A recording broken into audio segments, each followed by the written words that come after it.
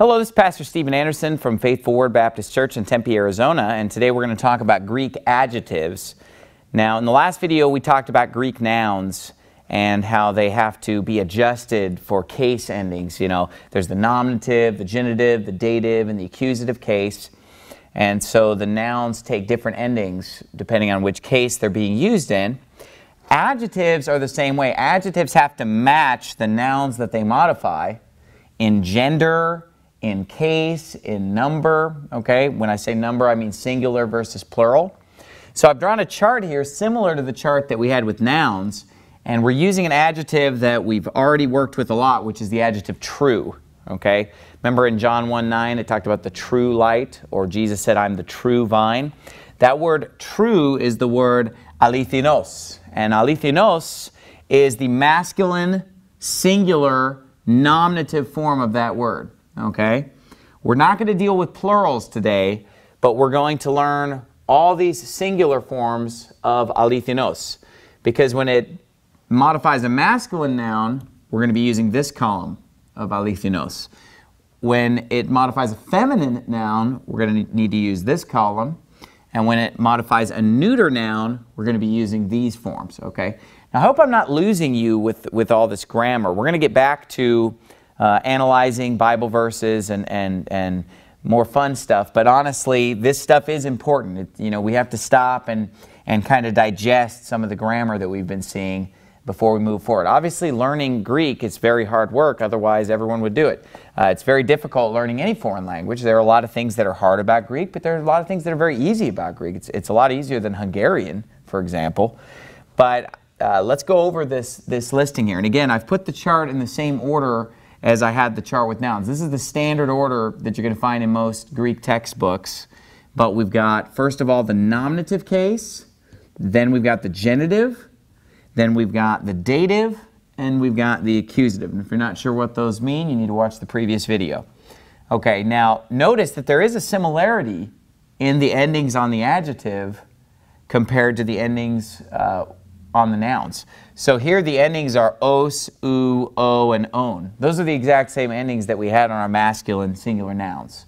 So alithinos, alithinu, alithino, and alithinon are the masculine singular forms of the word true. Isn't it great how in English it's just true?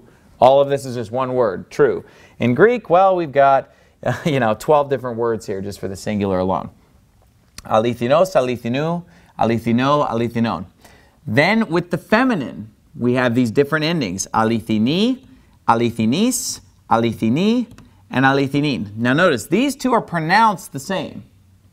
The nominative singular feminine and the dative singular feminine, but this one has a iota subscript, which helps you identify it, okay, when it's spelled out. So that's helpful right there.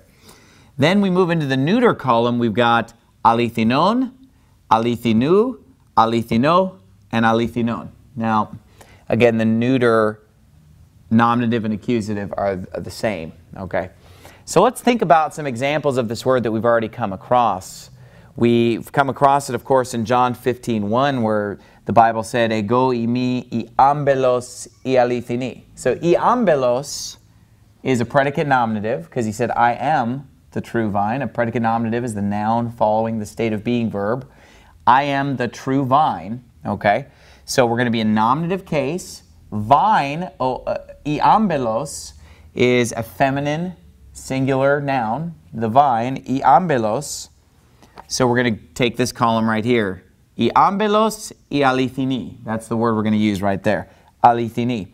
And then when we were dealing with John 1:9, for example, and it talked about the true light that lighteth every man that cometh into the world.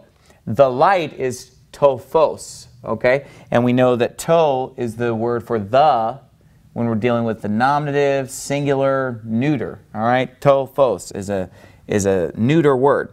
So we have in John 1:9, in tophos to alithinon. All right, tophos to alithinon. All right, again, predicate nominative.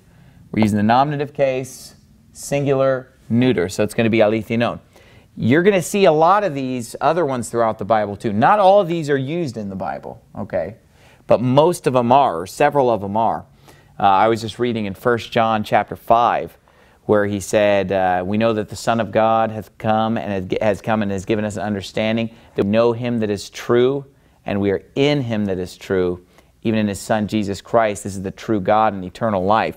So you're going to find a few forms of this word in that verse if you want to look that up in 1 John 5:20. But anyway, I would memorize this chart because a lot of other adjectives are going to follow this exact same pattern.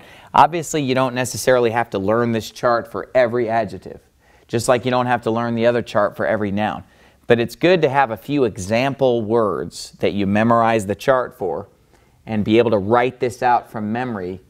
That way, when you come across adjectives that follow these same patterns, you can instantly identify whether that adjective is in the nominative case, accusative case, dative case, genitive case. And this will help you match up adjectives in the sentence with the nouns they modify, because the adjective is going to match the noun it modifies. So if we have an adjective that's a feminine singular genitive, and then there's a noun that's a feminine singular genitive, we can see very easily that those two things go together. Okay.